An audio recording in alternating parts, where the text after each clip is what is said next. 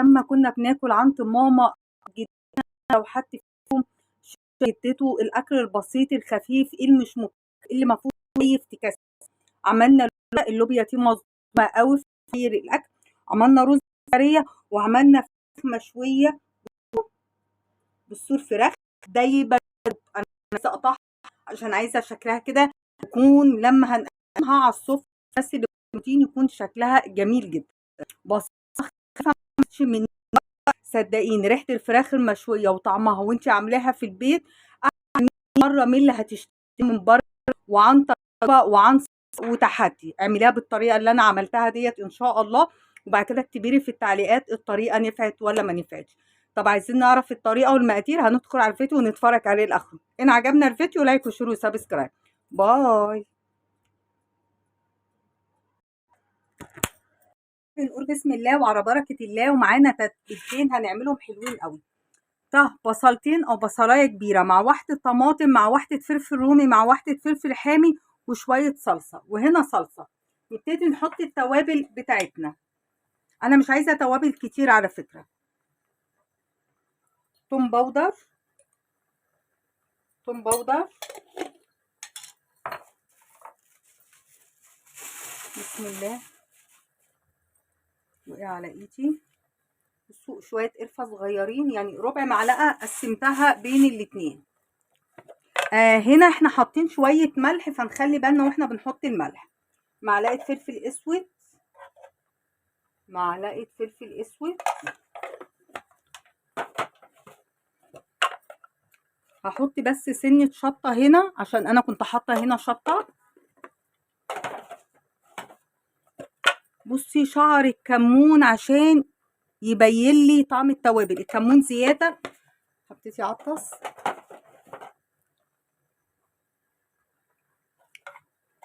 هحط، بصوا انا بحب احط الكزبره المطحونه. ما بتحبيش تابل من التوابل ما تحطوهوش، يعني هو التوابل دي حسب الطعم اللي انت بتحبيه.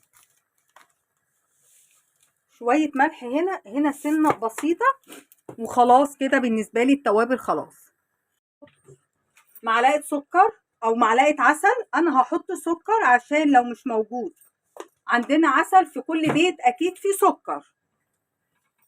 ليه بقى السكر؟ السكر بيخلي الفراخ تستوي اسرع وكمان بيديها اللون الحلو قوي بتاع الشوي. ومعلقه زيت كده وبس. خلاص انا التتبيله دي بالنسبه لي خلاص كده ايه خلصت.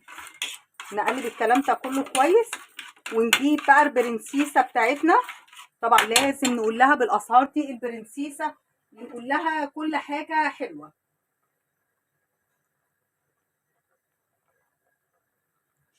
بصوا يا حبايبي الفرخه بتاعتي دي كيلو ونص. هاتي بقى طبعا حسب اسرتك او حسب اللي انت معزومين عندك، واسماها من الظهر لاسمى بتاعه الفرخه المشويه.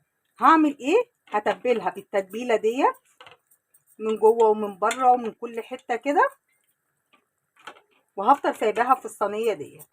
خلاص يعني بصي تبلي انا كده كده مفتحه الوراك ومفتحه الستر عامله فيهم فتحات. خلاص دي بقى هنتبل بيها تحت الجلد اكننا بنعمل فراخ محشيه، بس احنا حاشيينها بصل. البصل ده طعمه بيبقى حكايه. معلش يا جماعه بقى اللي بيقرف، يعني كده كده احنا بنشتغل في بيتنا بايدينا، ما بنلبس بقى جوانتيات ولا بنجيب ايد حد تاني. اللي بيقرف يعني مش عارفه. بصي انا عايزه اكني بحشيها كلها من تحت الجلد كده ونظبط الفرخه بتاعتنا. احنا كده بقى متبلينها من جوه ومن بره وكل حاجه. خلينا متفقين كل ما الفرخه بتقعد في التتبيله اكتر كل ما هتدينا نتيجه احسن. بس نفترض ان حصل اي ظرف يعني هنخليها نص ساعه ساعه، وصدقيني بالتتبيله دي ان شاء الله وباذن الله لو عملتيها وسويتيها على طول هتكون حلوه جدا. هسيبها متبله لغايه ما نخلص بقيه اكلنا وهي هتكون اخر حاجه هنشتغل فيها. معلقه سمنه، وكنت انا بعمل تسبيكه وفاطت عندي شويه تسبيكه ببصلها بحالها بمحتلها كده، قمت انا ايه حطاهم في كيس وقلت اكيد ايه هينفعونا. والله الحاجات ديت فعلا بتبقى منقذه. ودول شويه صلصه من اللي احنا ايه بنسبكهم مع بعض، فهنحطهم كده ايه وهنمشي حالنا والدنيا هتبقى ايه حلوه، هتبقى سهلت علينا تقطيع بصل والكلام ده كله. نسيبها بقى ايه تفك مع نفسها شويه كده، وهي بقى بتفك مع نفسها وان احنا ايه سلقنا شويه لوبيا. طبعا ما كبتش السلقه عشان الموضوع سهل. طبعا ممكن حد يقوم داخل دلوقتي ويقول لي ايه اللي انت بتعمليه دوت، دي حاجه سهله. والله في ناس ما بتعرفش تعمل اي حاجه، يعني في بنات لسه صغيره، في عرايس لسه جداد. هنحط شويه ميه، لو بتحبي تحطي شوربه حطي، انا ما بحبش احط على الصلصه او في الطبيخ شوربه، لكن انت لو بتحبي تحطي مفيش اي مشكله. وبعد كده هبقى اشوف التوابل، عشان اللي انا كنت مسبكاه كان محطوط عليه توابل. في ناس حرفيا ما بتعرفش تدخل المطبخ تعمل اي حاجه، فهي دي الفئه اللي احنا بنكلمها. هسيبه بقى يستوي ونشوف مع بعض هنعمل ايه. بصوا حبايبي، هنحط المادة الدهنية اللي بنحبها، بس عادة حاولي حطي حتى مع السمنة البلدي، حطي كده معلقتين زيت، بتخلي الرز بتاعك بيلمع ومفرفط كده عن بعضه. حطينا طبعا الكمية دي ترجع لك كوباية كوبايتين 3 حسب أفراد أسرتك. نكمل قصة موضوع ان ايه الاكل اللي بتعمليه. ما هو بسيط، كلنا بنعرف، اكيد كلنا بنعرف وكلنا بنتعلم من بعض. يعني انا مثلا ما بعرفش اعمل الرز زي ما ماما بتعمله وناس كتير بتعمله، تحط كمية الرز على كمية الشعرية على كمية المية. انا ما بعرفش اعمل كده، انا لازم اعير بكوباية الرز والشعرية وعلى اساسهم احط المية. انا ما بعرفش اعمل كده، فكلنا في حاجات بنعرفها وفي حاجات ما بنعرفهاش وكلنا بنتعلم من بعض. هنحمر الشعرية كويس ونرجع مع بعض. بصوا حبايبي، الشعريه كده خدت اللون. يعني نصيحه، حطي الرز الاول كده واديله تشويحه في الماده الدهنيه الاول. لما بتديله التقليبه ديت وبعد كده بننزل عليه بالميه السخنه، ان شاء الله ان شاء الله تضمني ان هو يبقى مفلفل معاكي، ما يبقاش معجن. ان كل الرزايه اتغلفت بالماده الدهنيه والميه السخنه هتخليه ما يقعدش وقت على النار على ما يغلي. تقليبه كده حلوه. حطينا الميه وحطينا الملح بتاعنا، نديله بقى تقليبه كويسه وما نقلبوش تاني عشان الرز بتاعنا ما يتكسرش مننا. وهسيبه يغلي كده مع نفسه لغايه ما تلاقي الميه دي كلها اتبخرت. هوريكي ازاي يبقى شكلها. بصوا حبايبي، الرز لما يبتدي يتشرب معاكي ويعمل الفتحات ديت ما تديلوش تقليبه. ليه؟ البخار كده هيبقى طالع نازل في وسط الرز فهيديكي نتيجه افضل.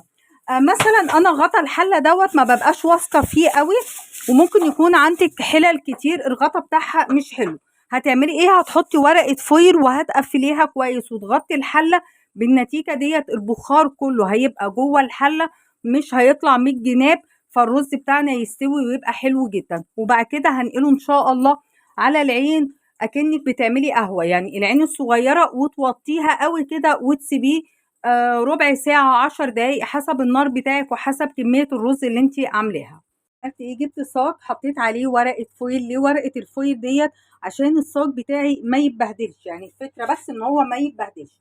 كلنا عندنا الشوايه ديت، ما لقيتيهاش عندك ان شاء الله اكيد هتلاقيها عند ماما.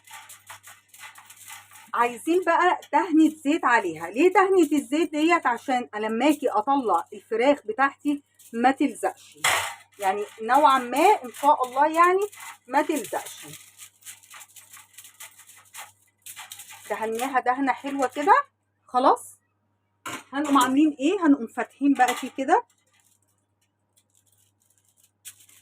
وهبتدي احط الفرخة بتاعتي. اوسع لكم كده عشان تشوفوا. وهبتدي بسم الله احط الفرخه بتاعتي. خلاص افردها كويس جدا وانزل التتبيله بتاعتي. انا مش عايزه اسيب اي حاجه من التتبيله.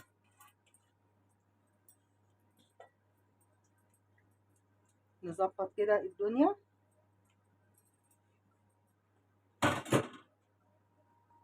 خلاص وبعد كده هقوم ماسكاها ضغط عليها كويس. هي ليها بتاعه كده بتقوم ايه معديه.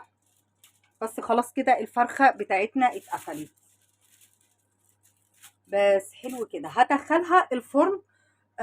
هشغل فوق وهشغل تحت، تاخد بقى راحتها وتاخد براحتها. انا هسخن شويه ميه وهحطهم هنا عشان تتبخر، عشان الميه دي تقعد تتبخر كده فتديني طراوه للفراخ ما تنشفش مني. بصوا يا حبايبي، انا حبيت اوريها لكم اول ما طلعت من الفرن من غير ما اعمل اي حاجه. بصوا انا حطيت شريحتين ليمون وروزماري، وكان من وقت للتاني بقوم حاطه شويه ميه سخنه وهي بتنزل الصوص بتاعها عشان تفطر الفرخه معانا ما شاء الله طريه. عايزه اوريكم حاجه. طبعا ده خلي بالك عشان ده بيبقى سخن جدا.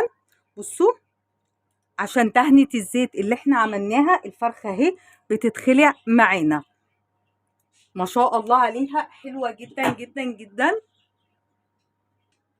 واتي الرز بتاعنا بصوا عامل ازاي ما شاء الله. بصوا احنا دلوقتي اهو فاضل 5 دقايق ان شاء الله على الاذان. واتي اللوبيا بتاعتنا حكايه حكايه حكايه. اكل النهارده خفيف. بصوا بصوا عامله ازاي.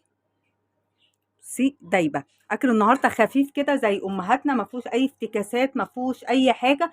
اكل بسيط خفيف كده. معاها طبعا الفرخه اللي دلوقتي بقت غاليه، زمان كانت ايه اسهل اكل. يا رب وصف النهارده تكون سهله وخفيفه على قلبكم. السلام عليكم ورحمه الله وبركاته.